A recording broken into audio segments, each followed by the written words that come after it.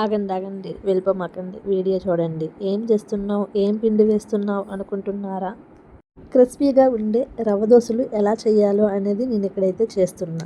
ఎలా చేయాలి అంటున్నావు, చేస్తున్నావు అంటున్నావు, ఏంటి సంగతి అంటున్నారా? ఏమీ లేదండి.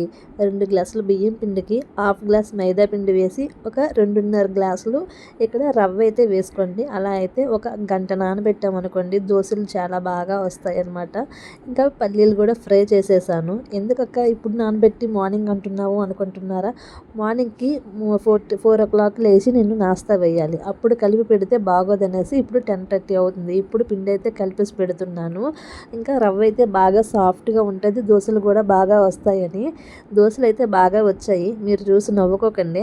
ఎందుకంటే లాస్ట్లో వీడియో అయితే తీసాను. ఆల్మోస్ట్ పిండి అంతా అయిపోయింది.